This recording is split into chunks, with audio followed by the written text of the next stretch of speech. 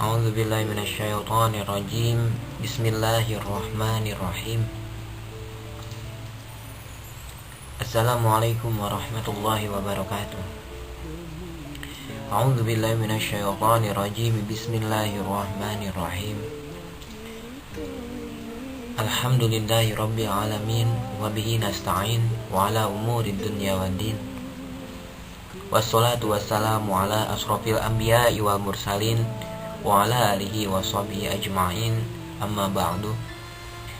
Rabbi shrah li sadri wa yassir li amri wahlul 'uqdatam min lisani yafqahu qawli. Hadirin wal hadirat rahimakumullah, bertemu lagi dengan saya Matul Anwar di gelarannya kajian Tafsir Jalalain. Saya berniat untuk menyampaikan ayat-ayat Al-Quran yang dijelaskan di dalam Tafsir Jalalain ini bukan karena merasa bahwa saya ini paling cerdas, bukan merasa bahwa saya ini mampu mengajarkan tentang kandungan-kandungan ayat suci Al-Quran, tetapi ini adalah sebuah rasa tanggung jawab untuk bisa menyampaikan dan mengamalkan sebuah ayat, sebuah hadis, yaitu sampaikanlah walau satu ayat. Mudah-mudahan pertemuan kita, pembahasan yang saya sampaikan dengan sangat sederhana dan penuh kekurangan ini bisa mendatangkan manfaat. Jika ada benarnya itu merupakan dari Allah Subhanahu wa ta'ala, dan jika ada salahnya mohon kiranya hadirin wal hadirat bisa menyampaikannya melalui komentar di bawah ini agar bisa diperbaiki pada kesempatan selanjutnya. Saya tidak akan sungkan untuk menyampaikan maaf dan merevisi setiap keterangan jika ada ayat yang salah saya artikan, yang salah saya sampaikan. Karena saya merasa benar-benar al-insanu mahalul khata' wa nisyan, sebagai manusia yang penuh dengan kesalahan dan sifat lupa. Hadirin wal hadirat rahimakumullah, kita akan membahas tentang ayat selanjutnya pada surat Al-Baqarah. Sebelumnya kita telah membahas tentang summun bukmun umyun fahum la yarji'un, tentang ayat yang menceritakan tentang seseorang yang munafik itu akan ada di dalam ketulian, kebutaan, kebisuan, dan mereka akan sulit sekali untuk kembali dari kerusakannya. Kita tahu bahwa barang siapa yang melakukan kemaksiatan, tetapi padahal mereka tahu bahwa itu adalah kemaksiatan, bahwa itu dilarang oleh Allah Subhanahu wa ta'ala, tetapi mereka senantiasa merasa bahwa tidak ada salahnya jika mereka melakukan kesalahan. Cuek-cuek aja gitu loh dengan perbuatan mereka, maka itu akan merusak. Bismillahirrahmanirrahim. Au kasayyibin minas samaa'i fihi zulumatun wa ra'dun wa barq yaj'aluna asabi'ahum fi adhanihim minas sa'iqi hadharal maut wallahu muhitum bil kafirin. Wallahu a'lam bimuradi. Ayat ini masih menjelaskan tentang keadaan kafir-kafir Madinah. Maaf, maksud saya munafik Madinah.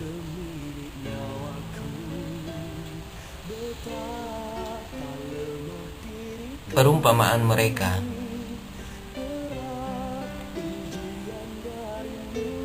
adalah seperti orang-orang yang berjalan di dalam hujan yang lebat.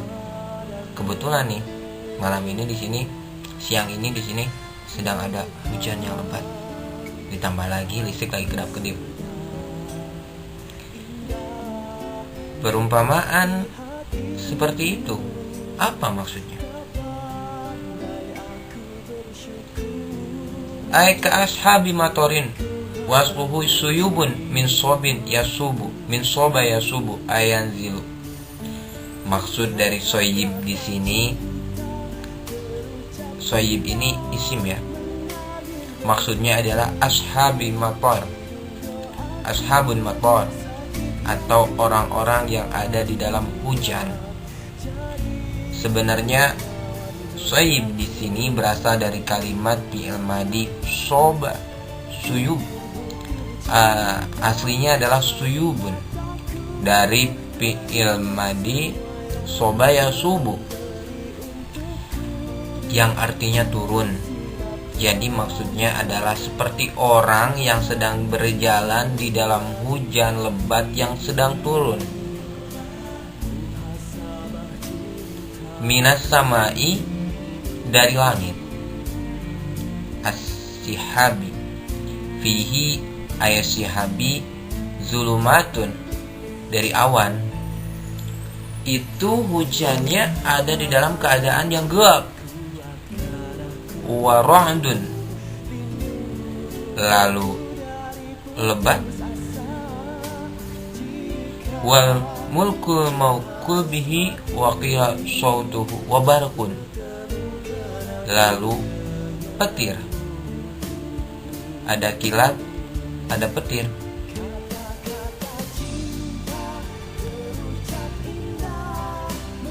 Lima'ani sautihi alladhi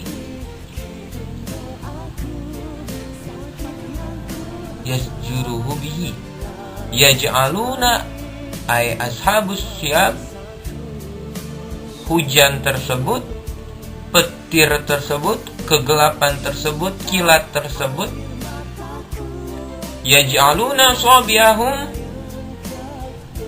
fi adhanihim minaswaiki hadarul maut, membuat mereka menutup telinga mereka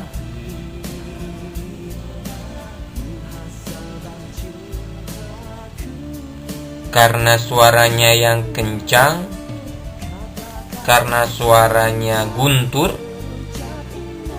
sehingga mereka saat mendengarnya itu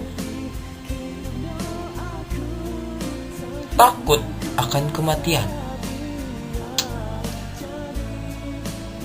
Min sama'iha kadzalika haula'i idza nazala Qur'an wa fihi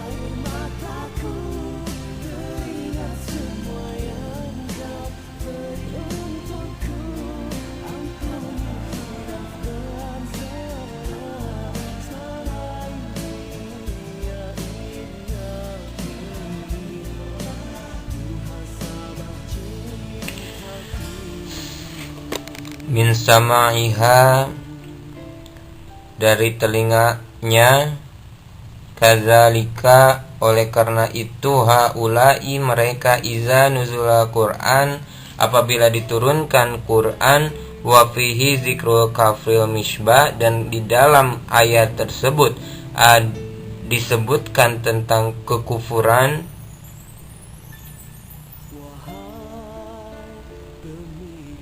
cahaya, bizulumati, dalam kegelapan, wal wa'idu, dan berita baik, alaihil misbah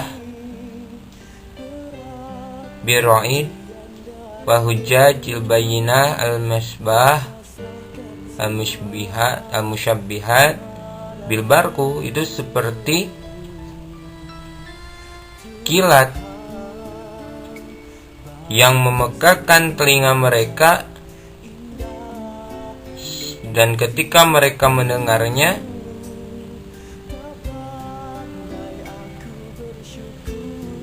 mereka kembali dalam keimanan dan melupakan agamanya, wa yang dahum maut,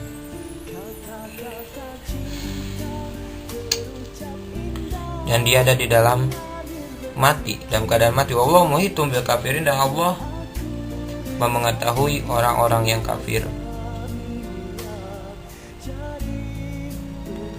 Ilman, mengetahui, wa qudratun, dan menguasai, fala yafutunahu, dan tidak pernah membuat mereka mengetahui.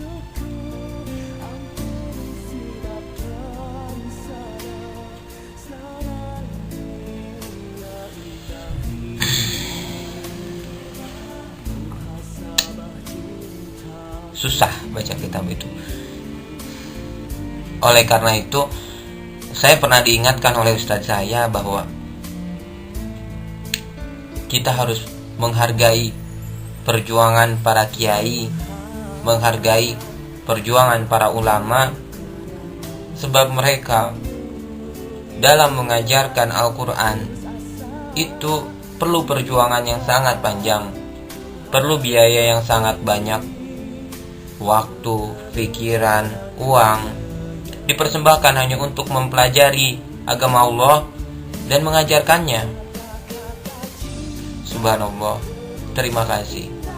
Dan seharusnya kita bersyukur kepada Allah karena telah diberikan para ulama-ulama yang sangat mumpuni di dalam agama Islam, seperti Al-Alamah Imam Jalaluddin As-Suyuti dan Imam Jalaluddin Al-Mahali,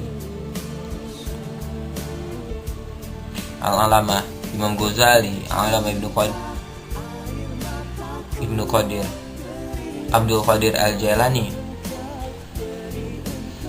karamallahu wajh.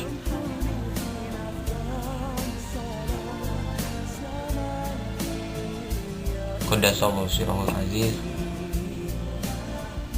Lalu mazhabul arba'ah, ada Imam Syafi'i, Imam Hanafi, Imam Hambali, Imam Maliki. Subhanallah, mereka mampu menguasai begitu banyak ilmu-ilmu Quran, ilmu-ilmu agama Islam. Mungkin kita sangat sulit dalam memahami ilmu balaghah, ilmu bayan, ilmu ma'ani, ilmu mantek, ilmu nahwu, ilmu shorof. Tetapi kita kadang masih ada orang yang memiliki ilmu yang sangat sedikit lalu mencoba mendalami Al-Quran.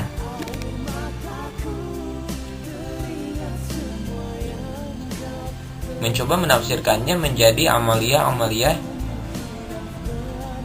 yang menurut mereka benar.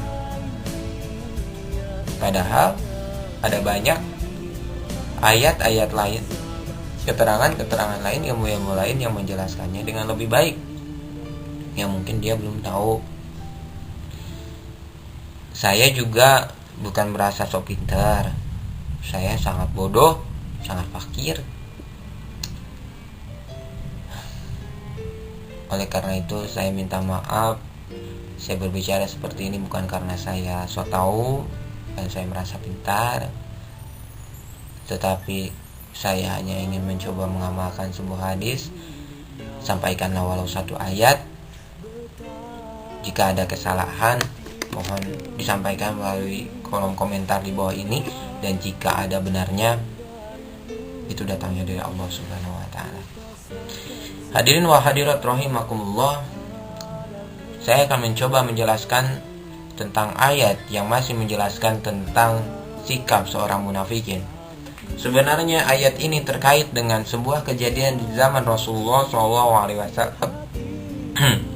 Suatu ketika di Madinah ada dua orang munafik yang lari dari Madinah dalam keadaan hujan yang sangat lebat. Seperti di Indonesia, bahwa hujan yang lebat di malam hari apalagi biasanya mendatangkan petir yang sangat besar. Setiap daerah kadang besar petir berbeda-beda. Saya tinggal di Sukabumi, asli Sukabumi, dan petir di sana tidak terlalu besar. Berbeda ketika saya pindah ke Tangerang, cukup besar, dan ketika saya pindah ke Batam, besar banget. Mungkin karena tanah di Batam ini mengandung boksit sebagai penghantar listrik terbaik, lalu karena Batam ini pulau kecil sehingga petirnya lebih besar. Anda yang ahli cuaca mungkin bisa menjelaskan lebih baik, bisa membuat penjelasan yang lebih berbobot. Tetapi sebesar apapun petir tersebut, sesering apapun intensitas petir pasti orang akan dibuat takut. Ada beberapa kejadian yang bisa kita dapatkan melalui informasi-informasi di sekitar kita tentang orang yang meninggal tersambar petir. Akhir-akhir ini saya dapat kabar bahwa ada seorang yang begitu mau ngangkat SMS, ada petir besar, sehingga dia malah kena sengatannya dan terlempar beberapa meter. Maka dengan kejadian seperti itu, bukan hal yang aneh jika kita merasa takut begitu ada suara petir. Lalu apa hubungannya antara petir tersebut dengan ayat ini? Kembali kepada cerita tadi tentang 2 orang munafikin dari Madinah yang melarikan diri dari Madinah saat hujan lebat. Pada malam hari itu 2 orang Madinah ini saat petir berkelebat dia berjalan saat terang. Lalu saat gelap dia diam. Saat petir berkelebat jalan lagi. Gelap diam. Maklum zaman dulu itu belum ada lampu.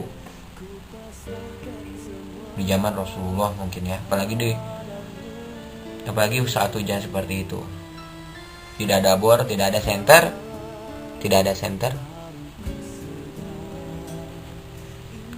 Nah, hadirin rahimakumullah,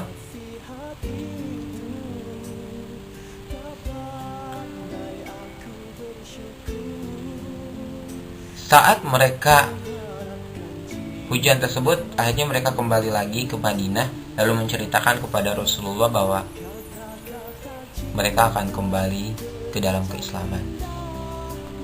Adapun kejadian yang diceritakan oleh kaum munafikin yang melarikan tersebut, 2 orang munafikin tersebut menjelaskan bahwa pertama, orang-orang munafik itu seperti dijelaskan dalam ayat ini, mereka berjalan saat petir terang. Artinya mereka senantiasa dekat dengan Islam ketika banyak ghanimah, banyak harta, Islam jaya, menang perang, itu mereka dekat dengan Islam. Mereka menjalin silaturahmi, mengikuti tata aturan Nabi. Lalu mereka juga saat gelap mereka diam. Mewakili sikap mereka yaitu saat Islam gelap, saat mereka miskin, saat anak mereka terbunuh, itu mereka mencaci maki Islam.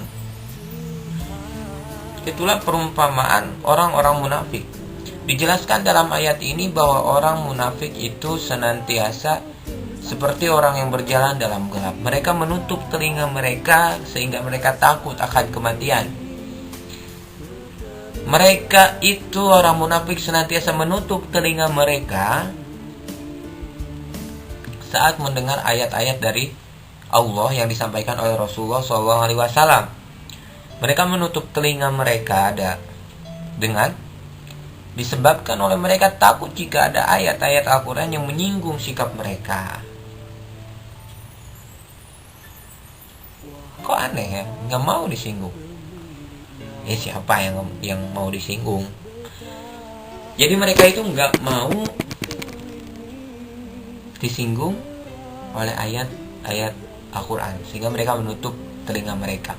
Lalu mereka juga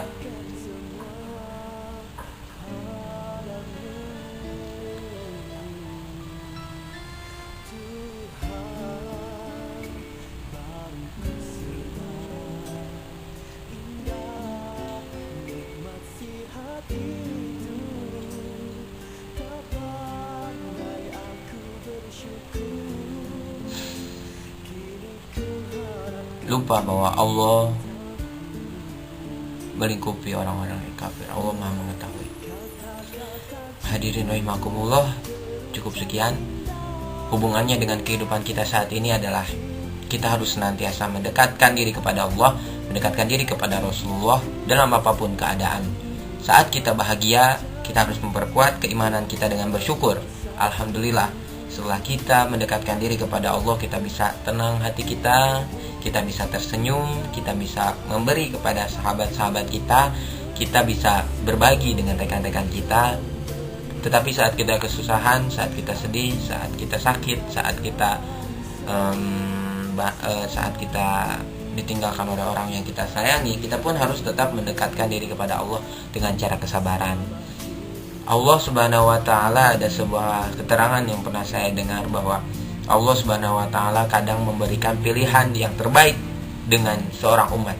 Jika seorang umat tersebut lebih mampu bersyukur daripada bersabar, maka dia akan sepanjang hidupnya dikayakan oleh Allah Subhanahu wa taala. Karena apa? Karena mereka ini senang memberi, lebih suka sholat, lebih suka taat, lebih suka sedekah, lebih suka berakhlakul karimah, tersenyum. Itu saat mereka kaya, tandanya mereka bersyukur. Namun ketika mereka sakit, kadang ada umat yang nggak bisa sabar, mereka malah malas sholat atau mereka malas berzikir. Oleh karena itu Allah mengayakan mereka, membuat mereka kaya. Tetapi ada juga umat yang diberi jalan yang kurang menguntungkan, misalnya diberi miskin gitu. Miskin itu bisa jadi karena mereka lebih mampu bersabar di hadapan Allah daripada bersyukur. Kalau mereka dikasih uang yang banyak, mereka pusing, malah suka foya-foya, jalan-jalan ke hotel, nyari hiburan yang enggak, minum-minuman, ngabisin uang untuk hal-hal yang enggak penting, lupa bersedekah. Itu bisa saja terjadi di dalam kehidupan ini. Oleh karena itu Allah memberikan kehidupan sesuai proporsinya masing-masing dan sesuai jalan yang terbaik kepada kita, agar kita bisa bahagia di dunia dan di akhirat. Saya pernah mendengar sebuah keterangan, ada seorang petani yang hidup dalam keadaan miskin, lalu tetangganya yang kaya tersebut sangat takjub dengan seorang petani tersebut, sehingga dia memberikan uang kepada seorang petani yang sederhana ini. Nah, ternyata setelah dikasih uang, si petani ini malah pusing. Yang awalnya dia suka nyanyi tiap malam, bersenandung, sholawat, dia malah sering terlihat stres, pusing setelah dikasih uang sama tetangganya yang kaya. Akhirnya sang petani malah mengembalikan uang yang diberikan oleh orang kaya. Jadi kita tahu bahwa hidup ini memiliki proporsinya masing-masing. Apapun keadaan kita, apapun saat kita kaya, saat kita miskin, saat kita di atas, saat kita di bawah, harus terus bersyukur, terus bersabar, terus taat kepada Allah Subhanahu wa taala, agar tujuan hidup kita yaitu ridho Allah Subhanahu wa taala dapat kita miliki, dan sehingga menjadi bekal untuk hidup bahagia di dunia dan di akhirat. Karena orang yang akan bahagia di akhirat pasti adalah orang yang bahagia di dunia. Rabbana atina fid dunya hasanah wa fil akhirati hasanah wa qina adzabannar. Allahumma sholli ala sayyidina Muhammad wa ala alihi wasallam. Ya Allah ya Rabbal izzati, jadikanlah kami menjadi hamba-hamba yang Kau ampuni setiap dosa-dosanya. Jangan jadikan kami orang yang terkadang taat, terkadang maksiat. Jangan jadikan kami menjadi orang yang terkadang ingat, terkadang lupa. Jadikanlah kami orang yang selalu ingat kepadamu, selalu mau bertobat kepadamu, selalu mau memohon ampun kepadamu saat kami merasakan kami memiliki kesalahan yang sangat banyak. Ya Allah, Allah marzukna rizqan halalan thayyiba min ghairi ta'abi wala masyaqqati wala dhairi wala nasabin innaka ala kulli syai'in qadir. Ya Allah, berikanlah kami rezeki tanpa harus kami bersusah payah, tanpa harus kami mengucurkan keringat terlalu banyak. Mudahkanlah jalan rezeki kami. Rabbana atina fid dunya hasanah wa fil akhirati hasanah wa qina adzabannar. Bi fadli subhana rabbika rabbil izzati amma yasifun wa salamun alal mursalin walhamdulillahi rabbil alamin. Assalamualaikum warahmatullahi wabarakatuh.